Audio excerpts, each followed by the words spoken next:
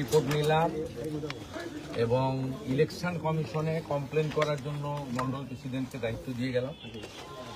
এক্ষুনি মেলে ইলেকশন কমিশনের দায়িত্ব বিএলএ 2 যারা পলিটিক্যাল পার্টির প্রতিনিধি তাদেরকে প্রোটেকশন দেওয়ার দায়িত্ব ইলেকশন কমিশন।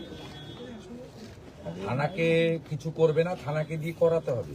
ইলেকশন কমিশনকে উনি মেল করুন, বাকিটা আমি বুঝে নেব। আর আপনারা বা আমরা চলে যাওয়ার পরে এই বাড়িতে আবার হামলা হতে পারে।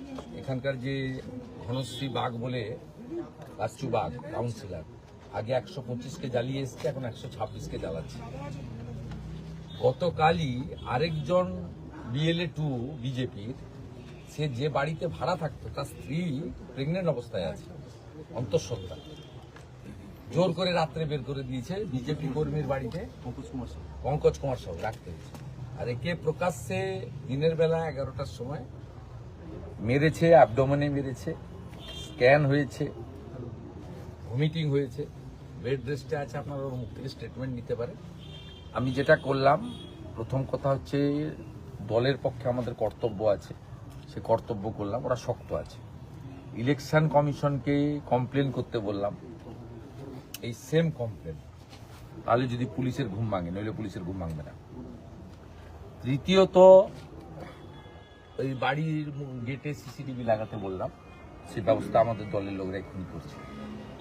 এই ধরনের বিএলএ 2দের এগেনস্টে অত্যাচার করছে, অন্তঃসত্ত্বা তার স্ত্রী, তাকে বাড়ি থেকে বের করে দেওয়া হয়েছে, তাকে বিজেপি কর্মী তার বাড়িতে আশ্রয় দিয়েছে। এটা কি গণতন্ত্র? এটা তো জঙ্গলরাজ নয়, মহাজঙ্গলরাজ। প্রধানমন্ত্রী ঠিকই বলেছে, আমরা আছি এদের সঙ্গে। কোথাও কোথাও বিএলএ, হ্যাঁ, বাইক ভেঙেছে বোনের বাবার বাইক। হ্যাঁ, আমার বাবার বাইক ভাঙা হয়েছে। বাইকে চড়ে যাচ্ছিল। হ্যাঁ, অরুণ স্যার যাচ্ছিল, তারপর অরুণ স্যার যাওয়ার পরে তারপরে বাবার প্রাইভেট টিউশনই করে, শিক্ষিত ছেলে, মমতা ব্যানার্জি চাকরি দেয়নি কাউকে। অ্যাকচুয়ালি ওনাকে ছাড়, অ্যাটাকটা বাবার উপরই বেশি হওয়ার করেছিল, কিন্তু হয়ে গেছে ওনার উপর যে বাবাকে ছেড়ে সব আমি আপনি বাড়িতে। বাইকের ছবিটা ওনাদের হ্যাঁ, আমি বাইকটা নিয়ে আসুন। সুবিধা একজন বিএলএ 2 কোথাও তাকে পর্যন্ত আক্রান্ত হতে হচ্ছে।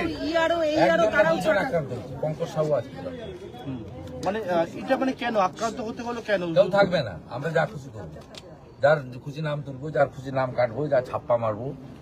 এখন থেকেই সব পরিষ্কার করে দেবো, যাতে ভোটের সময় আর কিছু অসুবিধা না থাকে। আপনারা তাদের নিরাপত্তার জন্য কি ব্যবস্থা করছেন? মানে গোটা আমরা তো আইনগত ব্যবস্থা নেব, পাশে থাকবো,